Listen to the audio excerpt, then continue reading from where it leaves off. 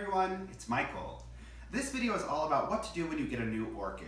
Now, a quick disclaimer, the answer is not going to be the same every single time. You really have to look at what you have in front of you and then make some informed decisions from there. So, for this case study, I'm going to use this brand new orchid I picked up. Today is my day off and I just couldn't resist the urge to go to the garden center, and I stumbled upon this gorgeous Paphiopedilum hybrid. It's a hybrid of Pinocchio and Lowii. And I just think it's stunning. It has 2 blooms already, and then it has 2 more here that are developing. And I would just be absolutely devastated if I caused it to bud blast or drop its blooms prematurely. So I really want to tread lightly, which is why I thought it was the perfect case study for this discussion. So here are some of my considerations. A lot of semi-hydroponic growers would tell you, no matter what, you cut the flower spike off, you put it straight into semi-hydroponics, it's the best thing for the plant. Now, I don't know if it's because of my climate, but my experience has told me otherwise. In the instances where I have done just that, clipped the flower spike back and put it immediately into semi-hydro, I've overlooked one fundamental piece of the puzzle, which is the plant in active growth? When a plant is flowering, it's directing all of its energy into those blooms. And so, in theory, when you clip back the flower spike, it puts it into active growth mode. But in my experience, it's not an immediate process. Sometimes it'll take a week to 2 weeks before the plant actually goes into those formative growth modes where it makes the green root tips and it really starts to develop the plant. That being said, you can really set your plant back if you don't allow it to come into active growth mode of its own will and volition. So for this guy, my objective is to basically sanitize its existing medium, leave it in its existing medium while it continues to flower and go through its natural processes. And when it drops the blooms and goes by itself into active growth mode, that is when I will repot it. So that's the decision process. Those are some of the considerations that I'm making. And so now I'll walk you through exactly what it looks like to just leave it in its existing medium and container, just to make sure it's sanitized, clean, and not going to pose any threats or obstacles to your existing orchid collection. So let's go down closer and we'll look at the toolkit. All right, my friends, we have arrived. So working my way from left to right, you'll see that I have the container. This will eventually become the home of my new Paphiopedilum, but I have not drilled the holes in here for drainage yet because that's not what I'm going to use it for at this moment. I'm actually going to use this to soak the plant. I'm going to use it to create some humidity around the existing container. And then I will eventually go through the process of drilling the holes and making it its permanent home.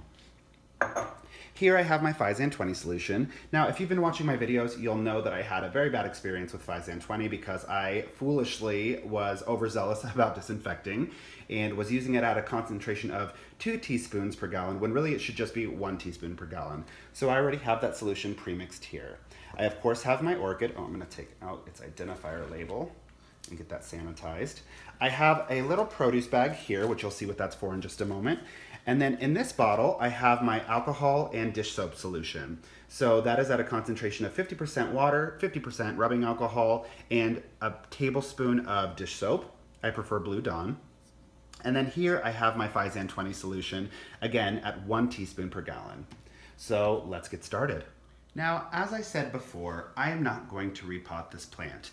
If I suspected for any reason that the root system was completely compromised and just rotting out, I would immediately repot. However, this orchid is coming from a reputable garden center that I've purchased from before. I know that they take great care of their orchids. So my biggest concern is not necessarily root rot, it is any viruses, bacteria, or insects that potentially came in on the plant. And of course, for the protection of my existing orchid collection, I want to make sure that I eradicate those potential issues. Of course, you should still keep your plants on quarantine, which I plan to do, but this is a way to be even doubly sure and to kind of anticipate and treat the problem before it becomes a problem. So you can see I have the orchid nestled into its little glass container, and I'm going to take my Physand 20 solution and just flush it through.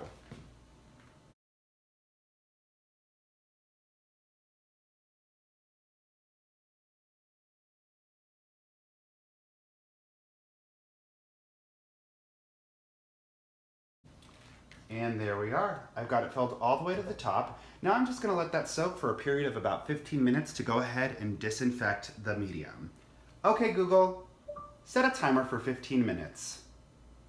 All right, 15 minutes. Starting now. So while that soaks, what I'm going to do is grab the plastic produce bag I showed you earlier, and I'm going to very gently dress it onto the blooms and the buds.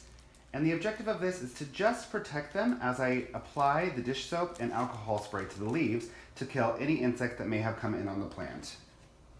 So now I'm going to go ahead and do that.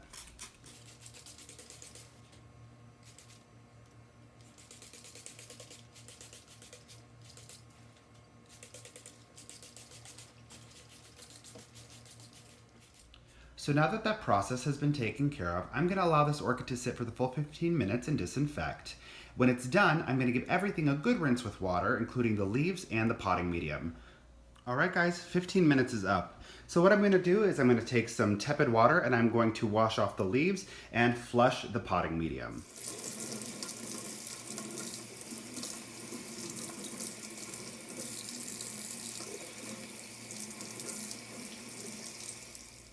Alright you guys, and now we are back up top and we can remove the plastic cover from the blooms and from the buds.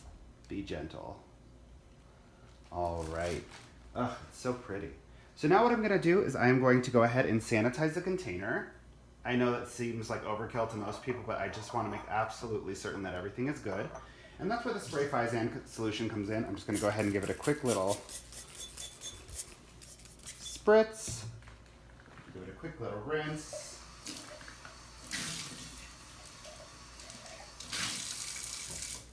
And now I'm just going to put a thin layer of leca beads at the very bottom of this. Think of this like its own little humidity tray. So just some leca beads along the bottom.